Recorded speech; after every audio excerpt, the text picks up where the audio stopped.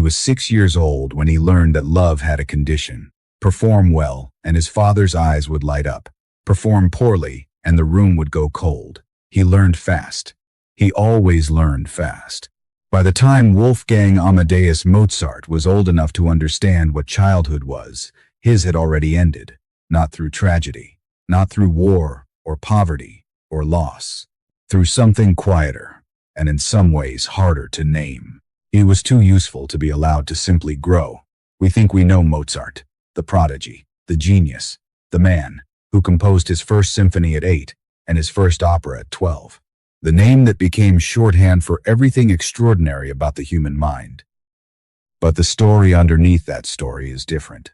It is the story of a boy who spent his entire childhood on stage, literally, in the courts of Europe, learning that his worth was measured in what he could produce, and an adult who may never have fully escaped that lesson. Mozart's music is among the most joyful ever written, full of light, wit, and something that feels like pure human aliveness, which makes the life behind it the anxiety, the need for approval, the financial chaos, the longing to be seen as something more than a performing instrument all the more worth understanding. Because the question his life asks is not about genius. It is about what happens to a person when they are never allowed to discover who they are outside of what they can do. His father's name was Leopold. Leopold Mozart was a composer himself, talented, meticulous, ambitious. He had written a celebrated treatise on violin technique. He understood music with the precision of a craftsman and the hunger of a man who believed he deserved more than Salzburg had given him. Then his son began to play. Wolfgang was 3 when he started picking out harmonies at the keyboard. 4 when he began composing small pieces. 5 when Leopold understood, with the particular clarity of a man whose own ambitions had stalled, that he was looking at something extraordinary. He made a decision. His son would be his life's work. This is where the story usually becomes triumphant. The devoted father, the miracle child, the tours of Europe, the audiences with emperors and kings. But look more closely at what the tours actually were.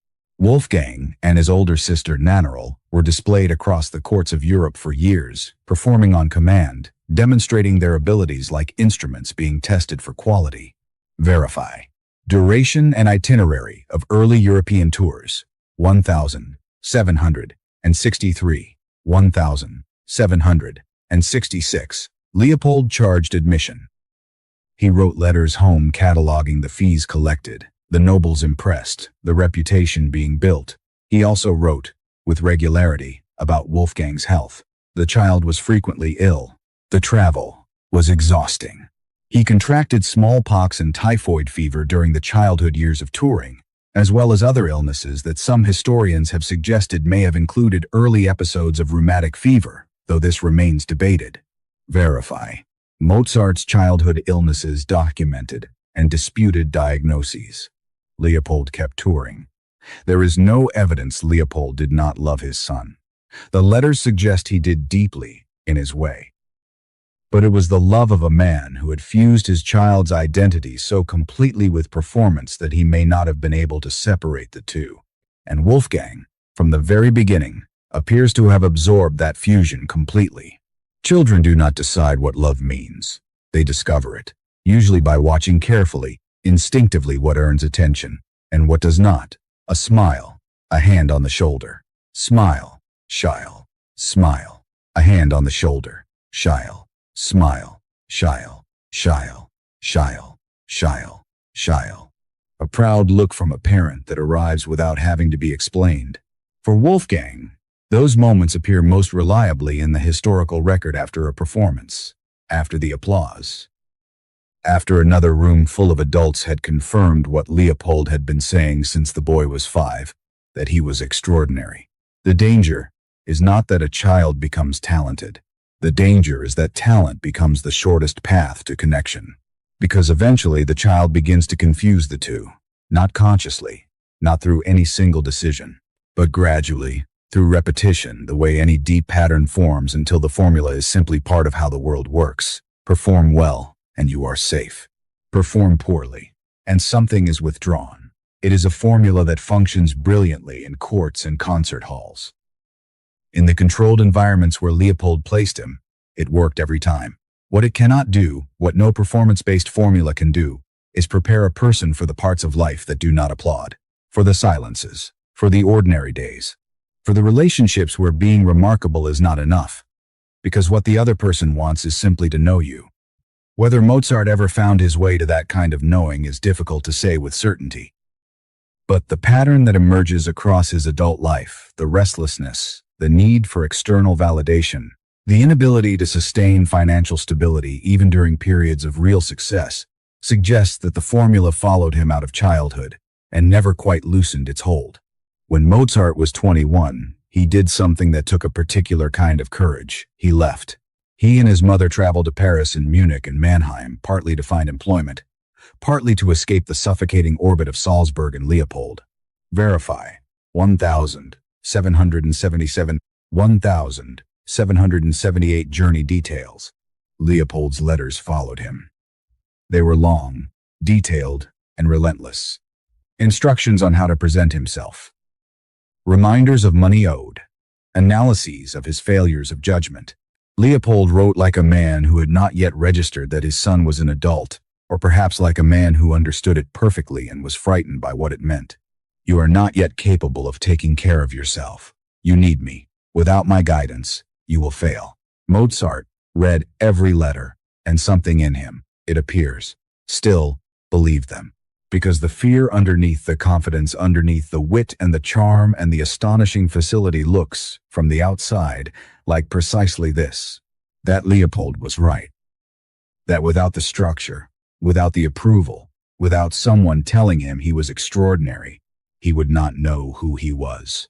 His mother died in Paris that year, alone with him in a rented room, far from home, while Wolfgang was out making connections and trying to find work. Verify. Anna Maria Mozart's death, July 1778, Paris, circumstances. He wrote to his father with the news, but he did not write directly. He wrote first to a family friend, asking him to prepare Leopold gently. He was 22 years old. His mother had just died, and his first instinct was to manage his father's emotional response. That is not the instinct of a free man. That is the instinct of someone who has spent their entire life reading the room. He moved to Vienna in 1781. He broke with his employer, the Archbishop of Salzburg, a break that became, by most accounts, humiliatingly physical. A courtier ejected him from the premises. Verify. Mozart's dismissal from Archbishop Colorado's service, 1,781 documented details. He also broke with Leopold. Not completely, not cleanly, the letters continued. But Mozart had made a decision. He would build a life on his own terms. Vienna was, for a time, everything he had hoped. Concerts sold out. His operas drew audiences who had never heard anything quite like them. He married Constanze Weber over Leopold's explicit objections and built a household, a social circle, a life that was recognizably his own. Verify. Mozart-Constanze marriage 1782, Leopold's response documented. For a few years, it worked. The Marriage of Figaro, Don Giovanni, The Magic Flute, works that contain, inside their wit and invention, something that feels like a man finally exhaling. But the formula from childhood had not gone anywhere. It had simply found new audiences to perform for. The concerts multiplied. The spending multiplied with them. Mozart lived at a scale that required constant success, expensive apartments, fine clothes, a lifestyle that left no margin for a quieter season. Verify. Mozart's finances. Vienna period documented accounts. It is difficult not to see, in that pattern, something familiar. The same compulsion to be seen as extraordinary. The same inability to exist at a smaller scale. Not recklessness, exactly. Something more like a person who had never learned that ordinary was survivable. Leopold died in 1787. Mozart did not attend the funeral. He was in Vienna, working. What he wrote afterward was measured, almost too composed. He spoke of accepting death as natural. He did not write about grief the way one might expect from a son, But something shifted in the years that followed. The financial desperation, always present, became acute. And then came the letters to Michael Puchberg. Puchberg was a fellow Freemason, a merchant, a man with means. Between 1788 and 1791, Mozart wrote to him repeatedly, not once, not occasionally, but in a sustained series of appeals that reads today like a document of slow drowning. In one letter from June 1788, Mozart wrote that he was in circumstances so desperate he could not describe them. He asked for whatever Puchberg could spare, 100 or 200 florins, and promised to repay everything once his situation improved. Verify. Puchberg letter, June 1788. Exact wording, documented. The situation did not improve. The letters continued. What makes them extraordinary is not the desperation itself, but the contrast. In the same months Mozart was writing these letters, begging for money to cover basic expenses, he was composing the last 3 symphonies, including the Jupiter. Among the greatest music ever written. The gap between what he was producing and how he was living is almost impossible to reconcile. Unless you understand that for Mozart, the composing and the suffering were not separate things. Both were driven by the same engine, the need to prove that he was still, in spite of everything, extraordinary. He composed the way some people cannot stop working, even when the work is exhausting them. In the last years of his life, ill and in financial difficulty, the output continued. Verify. Composition rate in final years, 1789, 1791. The Clarinet Concerto, the Piano Concerto, number 27, and then the Requiem commissioned anonymously, left unfinished at his death, as if the one piece about endings could not be completed. According to accounts recorded by Constanza after his death, Mozart spoke of believing the Requiem was somehow for himself, that he would not live to finish it. Verify. Constanza's accounts of Mozart's statements about the Requiem reliability and sourcing. These accounts were written down years after the fact, and historians treat them with appropriate caution. But the image they create is hard to set aside. A man who had been performing since he was 6 years old, writing music for his own funeral, running out of time. He was 35. He had composed over 600 works, and there is no record that he ever stopped long enough to rest. He died on the 5th of December 1791. Historians and physicians still debate the exact cause. The leading theories include rheumatic fever, kidney disease, and combinations of conditions that may have been accumulating for years. Verify. Cause of death. Current medical, historical, consensus and main competing theories. His burial has been, over the centuries, one of the most misrepresented facts of his biography. Mozart was not thrown into a pauper's grave. He was buried according to the standard practice of Vienna in 1791, a common grave, without a permanent marker, which was the norm for most people at the time, regardless of status. Verify. Vienna Burial Practices, 1791. Historical context. The image of the abandoned genius, buried, like refuse, is a myth that took hold in the decades after his death and has proven difficult to dislodge. What is true is that his estate was in debt, that Constanze was left in financial difficulty, that the man whose childhood had been spent performing for emperors died without the material stability that his level of output might seem to have demanded. Whether that represents tragedy or simply the reality of artistic life in late 18th century Vienna is a question the historical record does not settle cleanly. What it does suggest is this. The formula he had learned as a child performed brilliantly, and the world will take care of you had not, in the end, held. The music survived.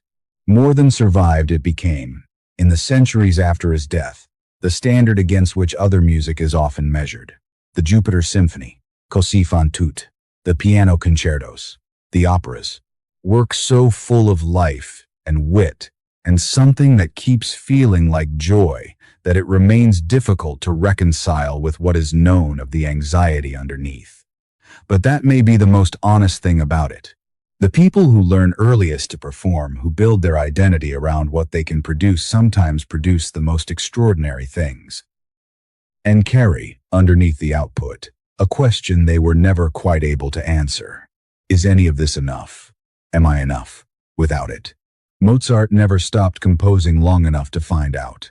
Whether that was tragedy or simply who he was, a man whose gift and his wound had become the same thing, is not for anyone to say with certainty. But the shape of his life, from the courts of Europe to the unfinished Requiem, suggests that the two were never fully separated. There are children right now who are extraordinary at something, who are being told in ways large and small, spoken and unspoken, that the extraordinary thing is what makes them worth loving, who are learning, before they have words for it, that ordinary is dangerous, that rest is a form of failure, that the moment they stop performing, something important will be withdrawn. Most of them will not become Mozart, but many of them will become adults who cannot sit still, who measure their worth in what they produce, who feel, in the quiet moments when nothing is being accomplished, a low and familiar anxiety they cannot quite name. Mozart grew up too fast, not because his childhood ended early, but because he was never allowed to discover that he was worth something before the music started. The question his life leaves behind is not about talent or genius or what might have been if he had lived longer. It is simpler than that. What would it mean to be loved not for what you can do, but for who you are when you are not doing anything at all? If this story stayed with you, the next one is already waiting.